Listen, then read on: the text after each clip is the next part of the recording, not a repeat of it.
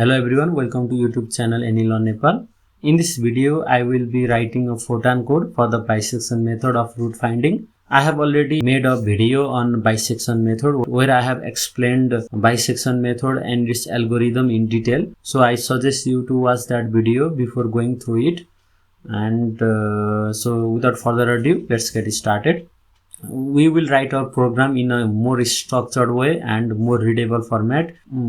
So for the structure part, we will be using function and subroutine both, and I will not be writing any comment in the main code as I am explaining all that things, but you can write comment if you want. So let's get started. Program, and I will simply say bisection and end program. There will not be many code in our main program. We will just use this program to display our final answer and to call function and subroutine if necessary. So that's all for the program. And now let me write the function. We will be finding the root of the function. So I need one function and I have to declare that function. So I will declare as a real and give function and give the name of the function. For simplicity, I will give f and let's say x. And end function and implicit and give real. I will say yes because that argument is x, that should be defined. And for the function, while writing a function, there should be one expression in the name of the function. Name of the function is f, so there should be one expression for f. So f and give the function name. I will be using this function x minus cos x. You can write any function you want. You can give linear, quadratic as well equations. So that's all for the function part. And now let me write the subroutine where we will be performing almost all calculation inside it. So subroutine and give the name you want. I will give bisect and arguments I will give ladder and subroutine. So let me start implicit none, now real. So what are the variable we need inside the subroutine? So first, in the bisection method, first we have to provide the interval that contains the root. That means let's say a and b.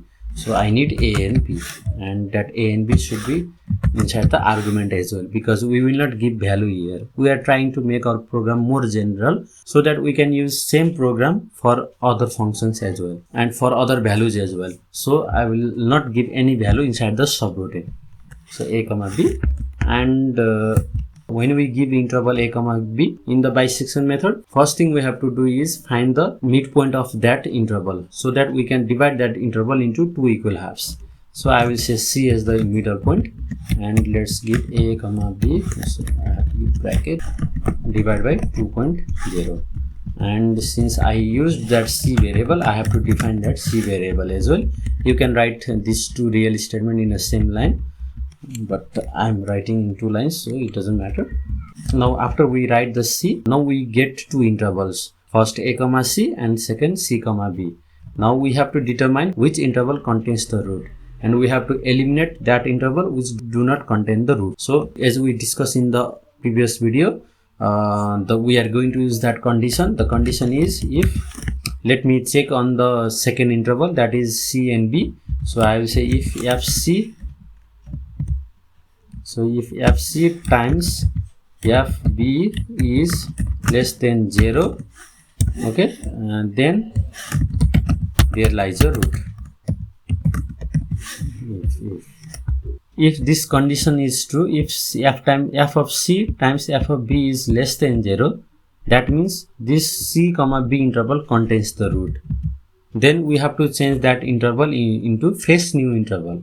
So I have to write a is equal to c, so that a becomes c, so that we get a comma b as a fresh new interval. But if that condition is not true, that means c comma b does not contain the interval, a comma c contains the interval, so that b value should be changed to c value. Now when we run this program, when it go line by line, it will change the interval value. So whether this condition is true or else condition is true, the interval is going to change. So a comma b interval value is going to change. Now after we check that condition, we have to check the condition of our error and the tolerance. So I will say real and tolerance and error, and let's give tolerance value. I need precision up to only 3 decimal value, so I'll give 0.001. Now I have to calculate the error and check that error with the tolerance. So I will say error, because I have given error variable name error, and absolute is the intrinsic function to calculate the absolute value, and there I will say absolute value of a minus b divided by c. That is the difference of the interval with respect to the root. Now we check the condition. So I will say if, and we check our condition if error is less than tolerance. Then so we got our error which is less than tolerance or less or equal, because if we get error equal to tolerance, that is also okay for us. Only thing is we should not get error more than that tolerance. So I will say error, if error is less or equal to tolerance, then okay, it's completely okay for us. That means root is the c. We got our root, and then that root is the middle point c. But if that does not happen, that means if error is more than that tolerance, we have to repeat the process. I will use goto statement. Goto is very efficient to use in this type of repetition, because we cannot use do loop in this repetition, as do loop needs starting point and the ending point, and we don't know how many times we have to repeat this process. So instead of do loop, it's better to write goto statement, and goto statement is very easy to write. You just have to write goto and the label, and I will give label here because I have to repeat the process from there. So I will give the label 50 for now. You can give any value, and I will write here 50.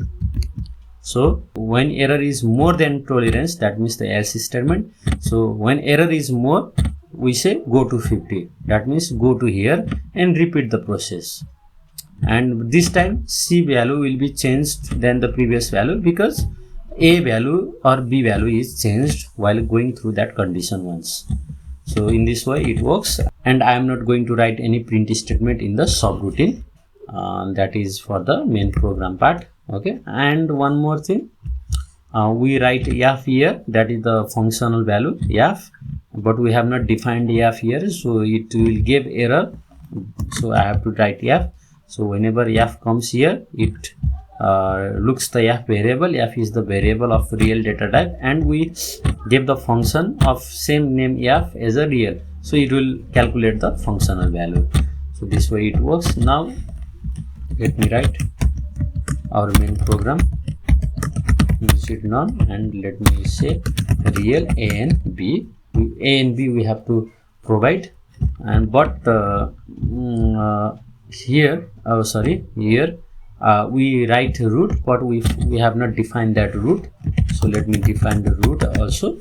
And since I am not going to write any print statement here, I need that root variable from the subroutine. So let me assign that root also, and let me declare that root variable as well.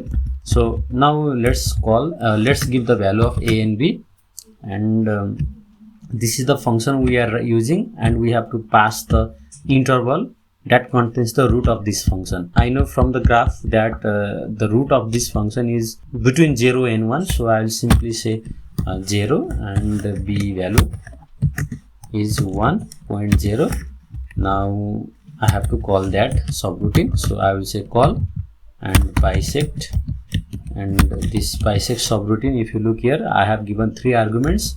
First is a, so I will say a because I have written a, and remember this a, b and root, these are the dummy variable, so you can replace by the any variable you want. So instead of a comma b, I can write x, and x equals to 0, and I can write here x, so that this a letter changes to the x. But for our simplicity, I am just writing a comma b as usual, same variable I am writing for now, a, b and root. So I called this bisect subroutine with the values of a and b. So it goes to the subroutine, and a and b value are given. So it will calculate all the process and it will store that stored our final root in a root variable, and we extracted that root variable also. So I am going to print the root of this function is let me say root. Now let's run the program. gfulltime bisection .f95. I'm using .f95 format. Fortran 95, you can write F90 as well, and for our compiler I'm using gfortran, and it shows error. And yes, there is a error. Function is spelling mistake, silly error, /a.out. As we got the root of that function x minus cos x. If you look at the graph, it is closer to that, and it is the unformatted value, so it shows 8 decimal place. This root is precise up to the 3 decimal place only, because I have given the tolerance value of 0.001. Now let me add some code so that it can tell how many times it repeated the bisection process to get the root of our precision. So for that, let me go to the subroutine part, and let me define integer variable as a n, because that n is the number of iterations it performed, number of loop it performed. And initially let's give n value 1, because as we run this program, this code is executed once, so that means one time the bisection process is done, so n equals to 1. But when it comes in this condition, when error is more than tolerance, we have to repeat the process. So for each repeat, I am going to increase the value of n by 1 unit. So and I need that n value to be printed out. I will give n as an argument as well, and I have to define n here also. So n, and I will say, and I have to pass the argument n as well, and the function of the root of this function is root. I will say after n, that is the value of iterations, so I will say n iterations. So this root is the variable, n is the variable, and others are the text that we write. So remember, I have written comma to separate our text and the variable. And now let me roll on. So we got out this value after 11 iterations. That means it bisects the interval about 11 times to get our required root. And there is one formula to calculate the number of iterations it has to perform to get our desired root. Formula is shown on the side. You can see on the side, this is the formula, and by passing the interval value and the tolerance value, this iteration is same as the given by the formula. So this much for the bisection method. If you have any question, write down in the comment section below, and see you in the next video.